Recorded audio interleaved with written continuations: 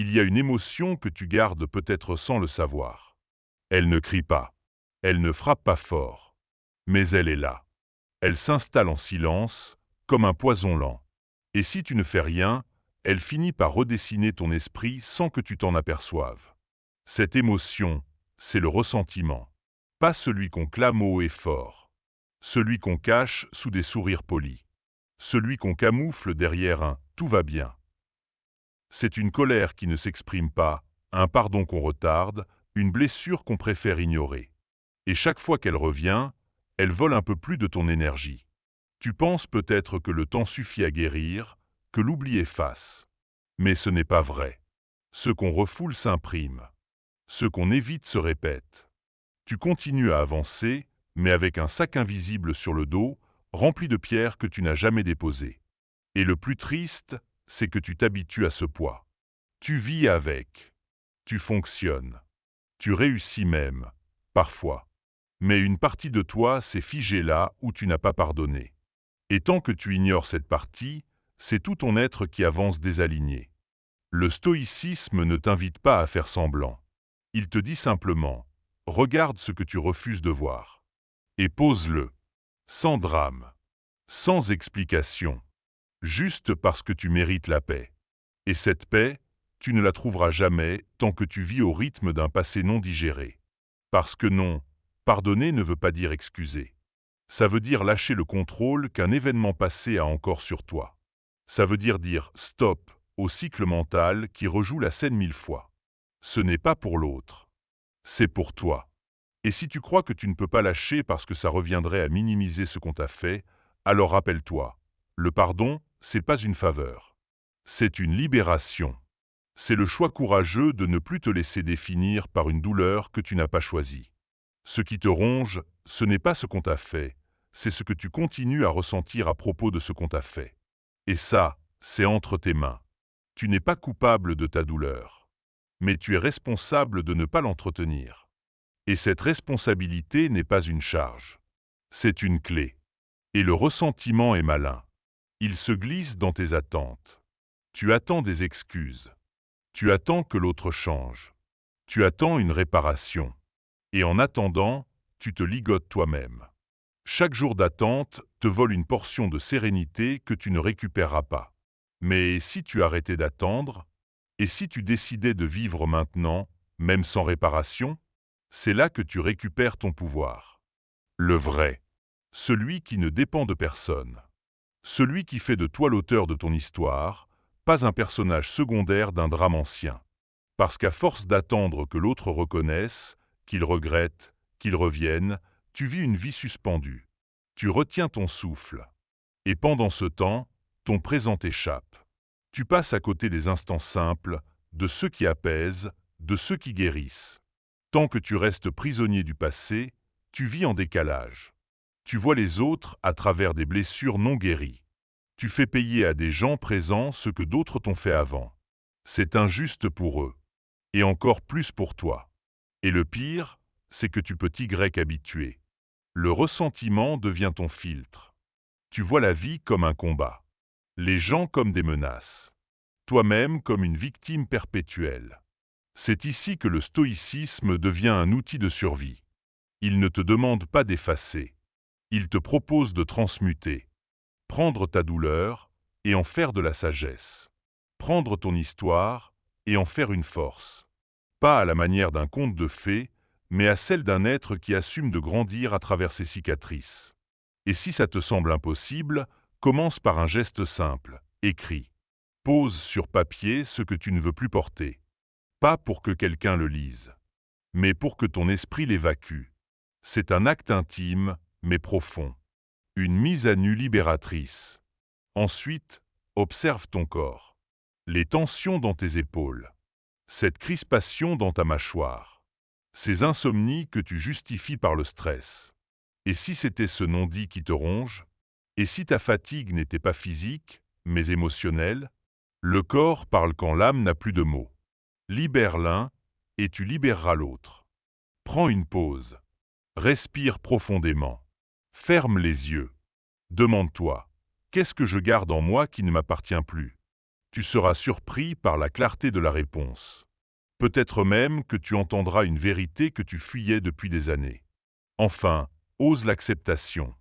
Pas pour dire « c'est bien ce qui s'est passé », mais pour dire « c'est arrivé, et je choisis de ne plus en souffrir ». Accepter n'est pas capituler. C'est cesser de combattre un passé immuable. C'est reposer les armes. C'est faire de la place pour la paix. Accepte. Lâche. Avance. Ce n'est pas oublier. C'est refuser de rester figé. Et peut-être qu'un jour, tu pourras regarder ce moment non pas avec douleur, mais avec gratitude. Non pas parce qu'il était juste, mais parce que tu t'en es libéré. C'est ça, le stoïcisme. Pas une froideur émotionnelle. Une maîtrise sereine. Une paix qu'on cultive, même au milieu du chaos. Et c'est cette paix-là qui t'attend de l'autre côté du ressentiment. Tu l'as sûrement déjà vécu. Tu te lèves le matin, tu regardes autour de toi, et tout semble peser. Pas seulement ton corps, mais l'espace, l'air, l'ambiance. Et ce n'est pas dans ta tête. C'est réel. Ton environnement est encombré. Des objets empilés, des choses que tu n'utilises plus, des papiers que tu repousses depuis des semaines. Et au fond, ton esprit commence à ressembler à cette pièce. Le désordre extérieur reflète souvent un chaos intérieur. Et plus l'un s'installe, plus l'autre grandit. Les stoïciens parlaient de simplicité, d'éliminer l'inutile pour se concentrer sur l'essentiel. Mais ce n'est pas juste une règle d'organisation. C'est une manière de vivre. Une manière d'alléger l'esprit. Parce que chaque chose inutile prend de la place. Et pas seulement physiquement. Elle prend aussi de l'attention, de l'énergie, de l'espace mental. Une pile de vêtements oubliés, c'est aussi une décision en attente. Une notification jamais ouverte, c'est un rappel silencieux d'une tâche inachevée. Et tout cela s'accumule jusqu'à créer un bruit de fond constant. Un bruit si diffus que tu ne le remarques plus, mais qui t'empêche de respirer pleinement. Ce n'est pas juste une question d'ordre visuel. C'est une question de bien-être profond. Parce que quand ton espace est encombré, ta clarté mentale se brouille. Tu n'as plus d'espace intérieur pour t'entendre penser. Quand tu vis dans le désordre, tu perds en clarté. Tu oublies ce que tu veux vraiment. Tu passes ton temps à éteindre des feux au lieu d'avancer sereinement. Et parfois, ce désordre devient une excuse. Je ne peux pas me concentrer, il y a trop de choses à faire. Mais la vérité, c'est que tu n'as pas besoin de tout faire. Tu as besoin d'éliminer ce qui t'empêche d'être. Et ça commence petit. Un tiroir. Une étagère. Une idée. Une croyance que tu portes depuis trop longtemps et qui ne t'aide plus. Le désordre mental est souvent pire que le désordre matériel. C'est cet enchaînement de pensées parasites, de scénarios catastrophes, de souvenirs inutiles qui tournent en boucle.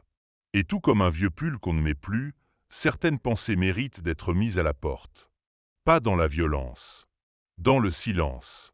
Ce que tu élimines n'a pas besoin d'être justifié. Tu n'as pas besoin d'expliquer pourquoi tu laisses partir une amitié qui ne t'apporte plus rien, ni pourquoi tu arrêtes un projet qui ne résonne plus. Tu fais le tri. Tu choisis ce qui reste. Et tu donnes de l'espace à ce qui compte. Le bruit est devenu la norme. Notifications, conversations inutiles, obligations sociales sans sens. Il faut oser se taire pour entendre. Il faut oser faire de la place pour ressentir. Ce vide que tu redoutes, il n'est pas inconfortable. Il est précieux. Les stoïciens n'étaient pas obsédés par le minimalisme esthétique, mais par la clarté de l'âme. Ils savaient que l'accumulation n'apporte pas la paix, mais l'inertie. Et que pour avancer, il faut parfois se délester. Ce n'est pas un effort de tri. C'est un acte d'hygiène mentale. Le désordre émotionnel, lui aussi, peut se nettoyer. Tu gardes parfois des colères anciennes, des rancunes tenaces, comme on garde des objets cassés en pensant qu'ils peuvent encore servir. Mais parfois, il faut reconnaître qu'une chose est arrivée à son terme. Et lâcher. Il y a une vraie force dans le fait de se débarrasser. Pas pour se punir. Pour s'alléger. Pour retrouver ce que tu avais perdu dans le bruit. Ta présence, ta direction, ton calme. Et tu verras, quand l'espace se libère, l'esprit suit. Une pièce rangée, c'est un esprit qui respire. Une liste épurée, c'est un cœur qui bat plus librement. Le mouvement physique accompagne la libération mentale. C'est presque méditatif. Et ce que tu verras aussi, c'est que l'ordre appelle l'ordre. Plus tu simplifies, plus tu veux continuer. C'est comme une chaîne de libération. Une fois commencée, elle devient addictive, mais dans le bon sens du terme. Demande-toi, qu'est-ce que je garde simplement parce que j'ai peur de m'en passer? Qu'est-ce que je maintiens en place non parce que ça m'aide, mais parce que je n'ai jamais osé le remettre en question? Le stoïcisme, c'est ça aussi, se regarder en face avec honnêteté, faire l'inventaire, et ne garder que ce qui renforce ton essence. Tu n'as pas besoin de tout posséder. Tu as besoin de t'appartenir à toi-même. Alors fais de la place. Dans ta chambre, dans ton esprit, dans ton cœur.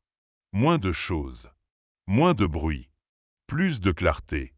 C'est dans ce silence que commence la vraie transformation. Il y a des pensées qui ne font pas de bruit, mais qui te rongent. Elles ne crient pas, elles chuchotent. Et c'est là que réside leur pouvoir. Parce qu'à force de murmures, elles finissent par s'imposer comme des vérités. Tu sais, ces phrases que tu te répètes sans vraiment y penser, « Je ne suis pas à la hauteur, je vais encore échouer, ça ne sert à rien d'essayer ». Ces pensées s'installent discrètement, comme un invité non invité qui ne repart jamais. Et le pire, c'est qu'à force de les entendre, tu les crois. Tu te lèves un jour et tu vis selon leurs règles. Tu ne tentes pas certaines choses. Tu refuses des opportunités. Tu choisis de rester là où c'est sûr, là où tu ne risques pas de te prouver que tu avais raison de douter. Mais tu sais quoi? Ces pensées ne sont pas des faits. Ce sont des jugements. Et les stoïciens l'ont bien compris. Ce ne sont pas les choses en elles-mêmes qui nous troublent, mais notre interprétation de ces choses. Ton esprit peut devenir ton meilleur allié ou ton pire ennemi. Et cette frontière, elle est mince. Elle se joue à chaque fois que tu choisis de croire une pensée plutôt que de la questionner. La pensée négative est sournoise. Elle prend l'apparence de la prudence. Elle te dit que tu ne devrais pas, que ce n'est pas le bon moment, que tu devrais attendre. Mais en réalité, elle t'immobilise. Elle n'est pas là pour te protéger.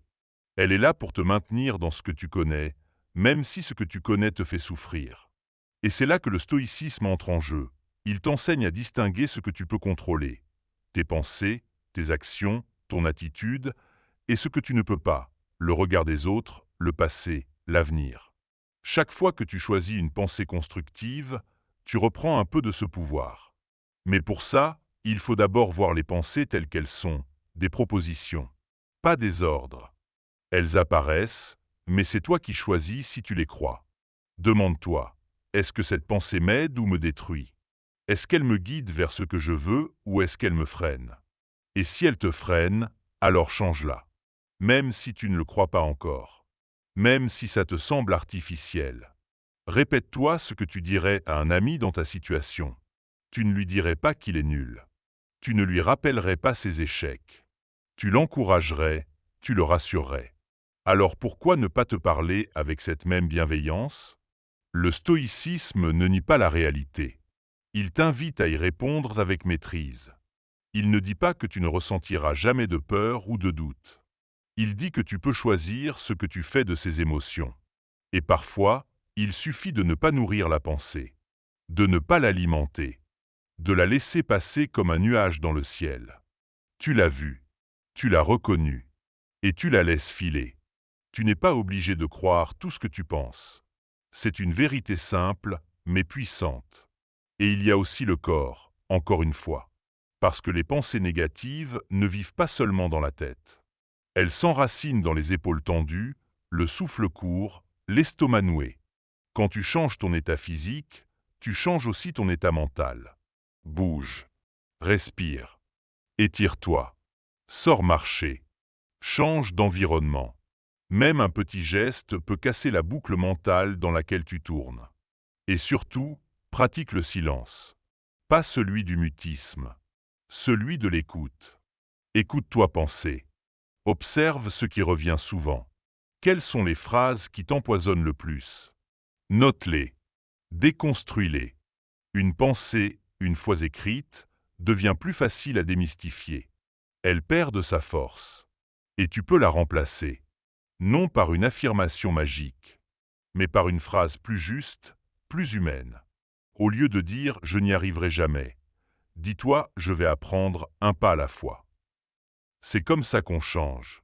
Pas avec de grands discours, mais avec de petits réajustements quotidiens. Et surtout, n'attends pas de te sentir prêt pour agir. Ce moment ne viendra jamais. Tu ne ressens pas d'abord la confiance, tu la construis en agissant. Tu peux trembler et avancer. Tu peux douter et essayer. Tu peux échouer et recommencer. C'est comme ça que naît la force intérieure. Les stoïciens ne cherchaient pas à fuir la douleur. Ils cherchaient à en faire une source de croissance. Ils savaient que l'adversité n'est pas le problème. C'est la réaction face à elle qui détermine ta paix. Alors oui, ton esprit peut devenir ton ennemi. Mais il peut aussi devenir ton arme la plus précieuse. Tout dépend de ce que tu choisis d'écouter et de ce que tu décides de faire avec ce que tu entends. Combien de fois t'es-tu surpris à t'expliquer plus que nécessaire, à donner des détails inutiles, simplement pour être compris, validé ou excusé? Tu dis non à une invitation, mais tu te sens obligé de raconter ton agenda complet. Tu choisis une voie différente, et tu sens ce besoin presque viscéral de convaincre les autres que tu ne fais pas une erreur. C'est fatigant, et c'est surtout révélateur. Derrière le besoin de se justifier, il y a une peur. La peur d'être mal vu, incompris, rejeté. Comme si ton choix n'avait de valeur que s'il est approuvé par les autres. Mais tu n'as pas à te justifier d'exister, ni d'être qui tu es, ni de ressentir ce que tu ressens. Le stoïcisme enseigne l'autonomie intérieure. Il t'invite à ancrer tes décisions dans ta propre sagesse, pas dans l'opinion fluctuante du monde extérieur. Tu peux écouter les autres. Tu peux même considérer leur avis. Mais tu n'as pas à t'expliquer pour vivre comme tu l'entends. Et tu sais pourquoi? Parce qu'expliquer devient souvent un piège. Une spirale. Tu veux juste partager ton point de vue, mais l'autre en demande toujours plus. Tu finis par argumenter, te défendre, douter. Et tu perds le sens initial de ton choix. Chaque justification donnée est une petite dose d'énergie mentale que tu abandonnes. Une brèche dans ton calme. Un transfert de ton pouvoir personnel. Et souvent, ça ne change rien. Parce que ceux qui te comprennent n'ont pas besoin d'explications. Et ceux qui te jugent n'en auront jamais assez. Alors pourquoi te vider pour convaincre ceux qui ne veulent pas comprendre? Il y a une élégance dans le silence. Une puissance dans le « non » sans explication. Une paix dans le fait d'assumer sans chercher à plaire. Ce n'est pas de l'arrogance. C'est de la clarté. Quand tu sais pourquoi tu fais ce que tu fais, tu n'as pas besoin de le crier. Tu le vis. Et c'est suffisant. Bien sûr, tout ça ne veut pas dire qu'on doit être froid ou fermé. Il ne s'agit pas d'ignorer les autres. Il s'agit de se recentrer, de ne pas se diluer, de ne plus faire de ton image une priorité absolue. Parce que tu ne contrôles pas comment tu es perçu. Tu peux tout expliquer avec douceur, avec honnêteté, et l'autre te percevra quand même à travers ses propres filtres. Tu n'es pas là pour remplir les attentes de tout le monde. Tu es là pour honorer ta trajectoire. Et plus tu t'expliques, plus tu entretiens l'illusion que tu peux maîtriser le regard extérieur. Mais ce regard changera toujours. Il sera influencé par l'humeur de l'autre, son passé, ses peurs. Et ce n'est pas ton travail. Ton travail, c'est de rester aligné, d'agir avec intention, et de faire la paix avec l'idée que tu ne seras jamais compris à 100%. Et ce n'est pas grave. Parce que la liberté commence là, quand tu acceptes d'être mal interprété. Quand tu choisis d'être fidèle à toi-même, même si ça dérange, même si ça questionne, même si ça te met à part. Le monde a besoin de gens entiers, pas de copies lisses. Et parfois, la plus grande preuve de maturité, c'est de répondre par un sourire là où tu aurais jadis livré une dissertation entière. Laisse les autres penser ce qu'ils veulent. Tu n'es pas leur pensée. Laisse les autres juger ce qu'ils ne comprennent pas. Tu n'es pas leur jugement. Reprends cette énergie. Garde-la pour créer, pour aimer, pour évoluer. Ne la gaspille plus à prouver que tu mérites d'exister comme tu es. Parce que tu le mérites. Sans explication. Tu ne t'en rends peut-être pas compte, mais chaque jour, tu participes activement à ta propre limitation. Pas volontairement, pas consciemment, mais subtilement, à travers ce que tu te dis, ce que tu crois, et surtout, ce que tu choisis de ne pas faire. C'est ça, l'autosabotage. Ce n'est pas toujours flagrant. Ce n'est pas toujours dramatique. Parfois, c'est une simple procrastination. Une opportunité que tu laisses passer. Une excuse bien formulée. Un projet que tu ne commences jamais parce que ce n'est pas encore le bon moment. Et derrière ce masque, il y a souvent une peur, celle d'échouer, bien sûr. Mais parfois plus perverse encore, la peur de réussir. Parce que réussir, ça veut dire assumer. Sortir de ta zone de confort. Te confronter à ce que tu pourrais devenir si tu arrêtais de t'auto-saboter. Et ça, c'est vertigineux. Tu vois, beaucoup de gens ne sont pas paralysés par l'échec, mais par leur propre potentiel. Parce que ce potentiel, il implique une responsabilité. Il te force à grandir. Il t'oblige à regarder en face ce que tu as laissé en sommeil pendant des années. Mais pourquoi continuer à te tirer une balle dans le pied? Pourquoi dire « je ne suis pas prêt » quand, au fond, tu sais que tu le seras jamais si tu ne commences pas maintenant? Le stoïcisme, encore une fois, t'invite à observer, à reconnaître les mécanismes internes qui te freinent. Il ne te juge pas. Il te montre. Et ensuite, il te laisse le choix. Tu peux continuer à saboter ton avancée avec des phrases toutes faites. Je ne suis pas assez bon, je suis trop vieux, je suis trop jeune, je n'ai pas le bon réseau. Ou tu peux décider que ces croyances ne définissent pas ton avenir. Ce que tu crois devient ton plafond invisible. Et tant que tu ne remets pas en question ces croyances, tu restes enfermé dans un monde trop petit pour toi. Mais attention, remettre en question ne veut pas dire nier. Ça veut dire interroger. D'où ça vient, cette peur? Qui t'a fait croire que tu ne pouvais pas? Quelle expérience t'a convaincu que tu devais rester dans l'ombre? L'autosabotage est souvent une réaction ancienne, apprise. Un réflexe de protection. Une manière de rester en sécurité. Mais ce qui était sécurisant hier peut être étouffant aujourd'hui. Il faut du courage pour admettre qu'on se met soi-même des bâtons dans les roues. Et encore plus de courage pour changer ça. Et tu sais quoi? Le premier pas, c'est de t'observer avec douceur. Pas avec jugement. Pas avec agacement. Mais avec curiosité. Demande-toi, dans quel domaine de ma vie est-ce que je me freine? Où est-ce que je me mens à moi-même? Quel projet reste au stade de rêve simplement parce que je refuse d'y croire? Et ensuite, avance. Un petit geste suffit. Un mail envoyé. Un appel passé. Une idée posée sur papier. C'est comme ça qu'on rompt le cercle du sabotage. Par l'action, même imparfaite. Tu n'as pas besoin d'un plan parfait. Tu as besoin d'un mouvement sincère. Et plus tu avances, plus tu te surprends. Parce que tu réalises que tu n'étais pas incapable. Juste bloqué. Pas incompétent. Juste intimidé. Et là, ta confiance grandit. Non parce que tu te répètes des affirmations vides, mais parce que tu accumules des preuves concrètes que tu es capable. Le stoïcisme t'apprend que l'essentiel ne dépend pas des circonstances, mais de ton rapport à elles. Et cela s'applique aussi à ton rapport à toi-même. Tu es plus que tes hésitations, plus que tes doutes, plus que cette petite voix qui t'infantilise à chaque virage. Tu peux devenir quelqu'un de stable, de solide, de centré. Mais pour ça, il faut cesser de saboter ta propre grandeur. Oui, grandeur. Ce mot peut sembler fort, inconfortable même, parce qu'on t'a peut-être appris à rester modeste, discret, à ne pas trop briller. Mais il ne s'agit pas d'écraser les autres. Il s'agit de te relever, toi. Il s'agit de dire « je mérite mieux que mes propres sabotages ». Il s'agit de te parler comme tu parlerais à un ami que tu respectes. Avec fermeté, mais avec amour. Il s'agit de choisir, enfin de construire au lieu de repousser. Alors aujourd'hui, sois honnête. Que ferais-tu si tu arrêtais de saboter ta propre grandeur? Les excuses ont une voix douce. Elles ne hurlent pas, elles murmurent. Et à force de les entendre, tu finis par les croire. Je n'ai pas le temps.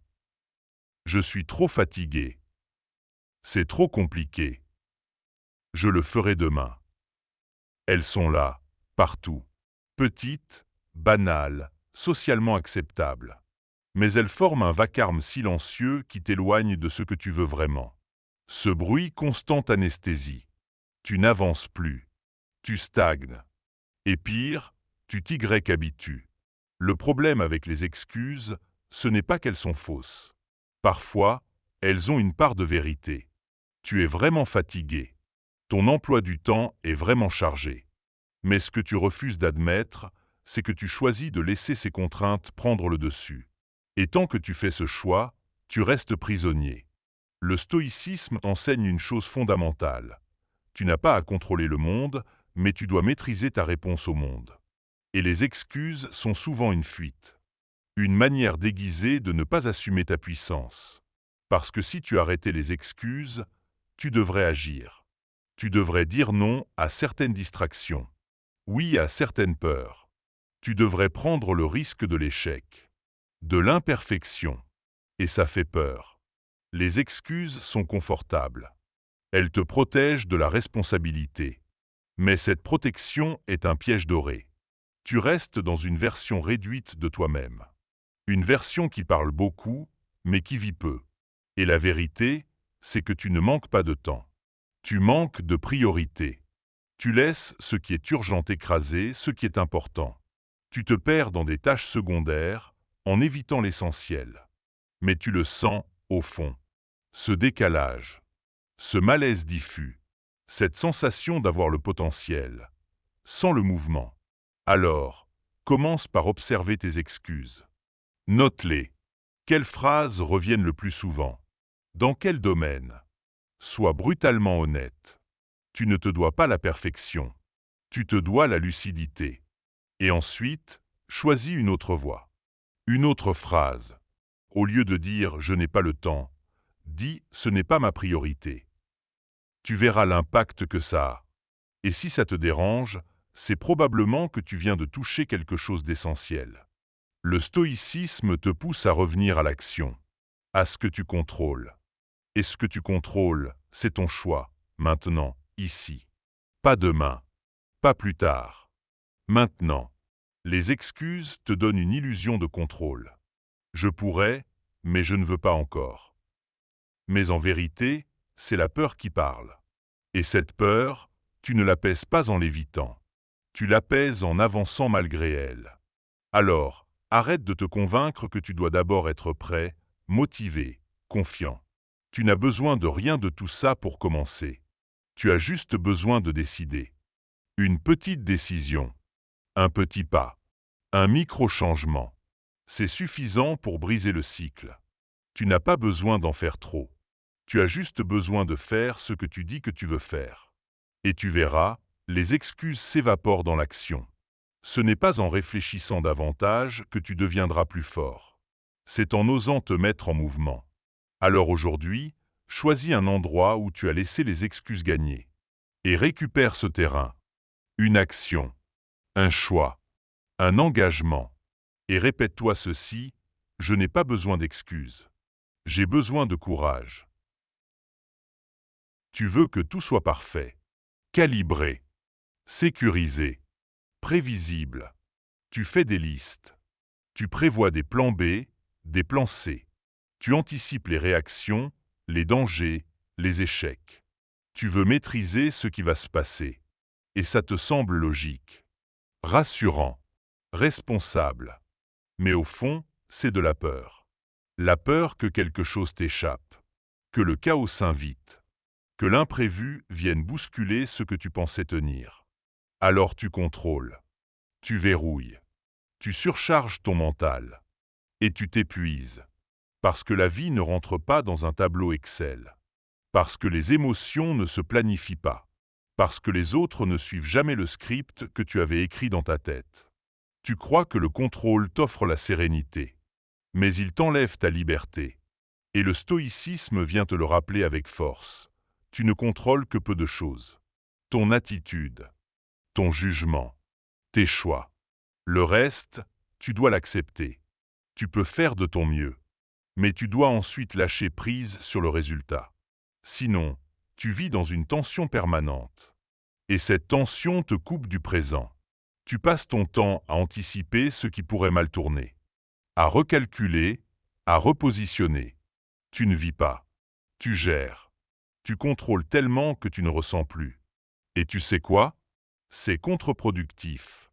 Parce qu'à force de vouloir tout maîtriser, tu empêches les choses de se dérouler naturellement. Tu freines le flux. Tu sabotes même parfois ce que tu veux construire. Le besoin de contrôle est une tentative de fuir l'inconnu. Mais l'inconnu, c'est là que se trouvent les plus grandes opportunités, les plus belles rencontres, les vraies révélations. Et tu ne peux pas y accéder si tu tiens trop fort à tout encadrer. Lâcher prise, ce n'est pas abandonner. Ce n'est pas renoncer. C'est dire « j'ai fait ma part, maintenant je laisse la vie faire la sienne ». C'est une forme d'humilité profonde. Une confiance radicale dans le fait que tu sauras t'adapter, quoi qu'il arrive. Et ça change tout. Tu dors mieux. Tu respires mieux. Tu deviens plus souple, plus réceptif. Tu agis avec clarté, sans crispation. Tu vis. Mais comment lâcher prise quand on est habitué à tout contrôler? Commence par observer. Dans quel domaine est-ce que je surcontrôle? Où est-ce que je veux tout prévoir? Pourquoi? Quelle peur est tapie derrière ce besoin?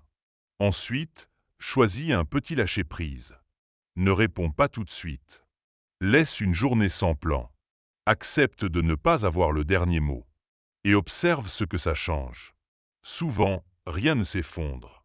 Et au contraire, tu découvres des choses inattendues. De la légèreté. De la fluidité. Le stoïcisme, ce n'est pas la rigidité. C'est la flexibilité d'un esprit ancré. C'est comprendre que le monde ne t'appartient pas, que les gens feront ce qu'ils veulent, que les événements ne suivent pas ta volonté, et que c'est très bien comme ça. Plus tu acceptes ça, plus tu retrouves ton pouvoir. Pas un pouvoir sur les choses, un pouvoir sur toi-même. Et c'est là que naît la vraie maîtrise, dans l'accueil de ce que tu ne peux pas changer. Alors relâche un peu, respire, fais confiance. La vie est plus fluide quand tu arrêtes de la serrer trop fort. Tu t'es sûrement déjà dit « je m'aimerais quand j'aurai réussi ça » ou « je mérite de me sentir bien, mais seulement si je change ça ». Et sans t'en rendre compte, tu fais de l'amour que tu te portes une récompense conditionnelle. Tu poses des critères. Tu attends de devenir mieux, plus, différent, avant de t'accorder un regard doux, un mot gentil, une acceptation pleine. Mais l'amour de soi, ce n'est pas une médaille. C'est une fondation. Tu ne construis pas ta vie sur la honte.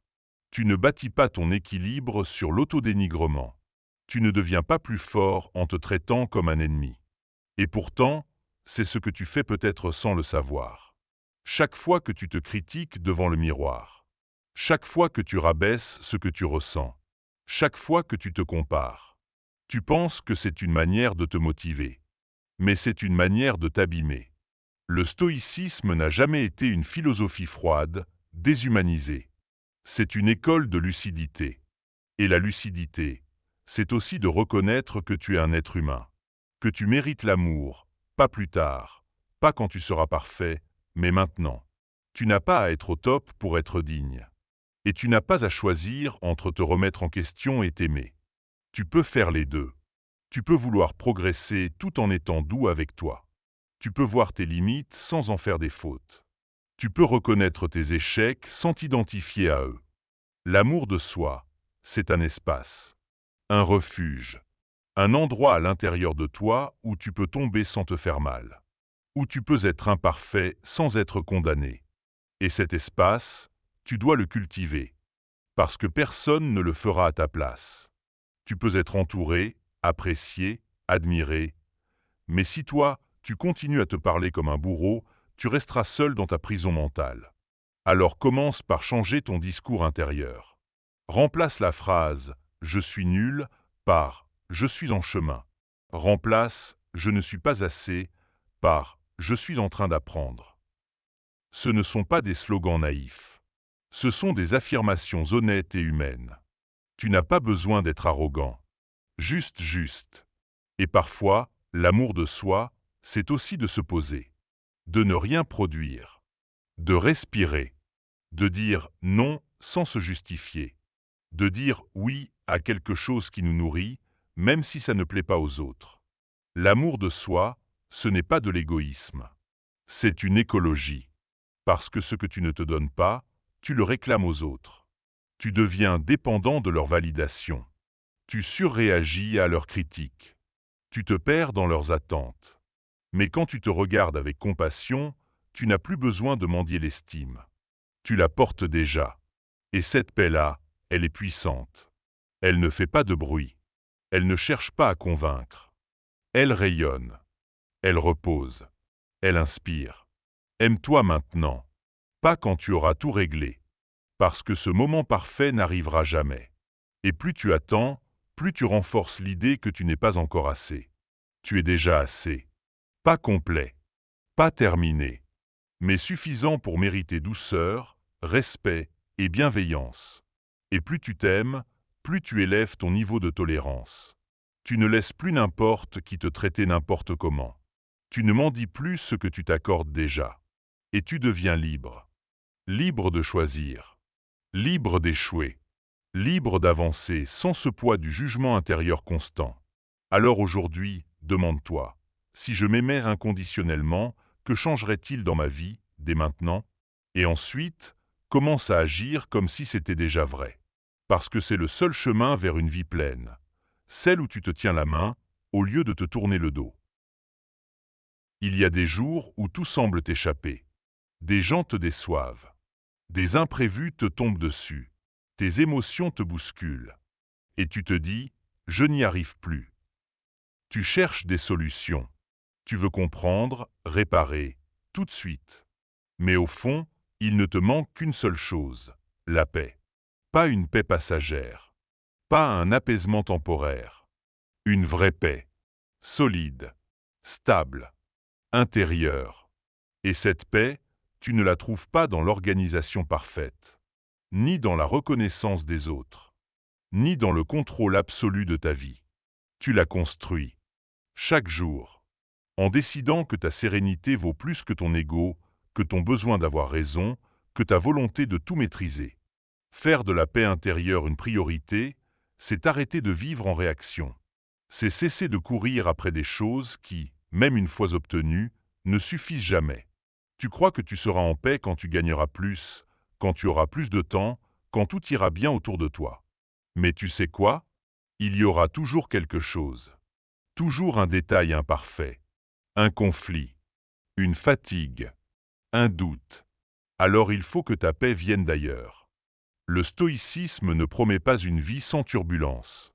Il t'apprend à rester stable au milieu de la tempête. Il te dit, ce qui t'appartient vraiment, c'est ton état intérieur.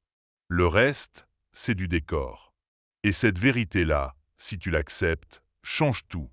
Tu arrêtes de courir. Tu commences à cultiver. Tu ne réagis plus par automatisme. Tu choisis tes réponses. Tu protèges ton énergie.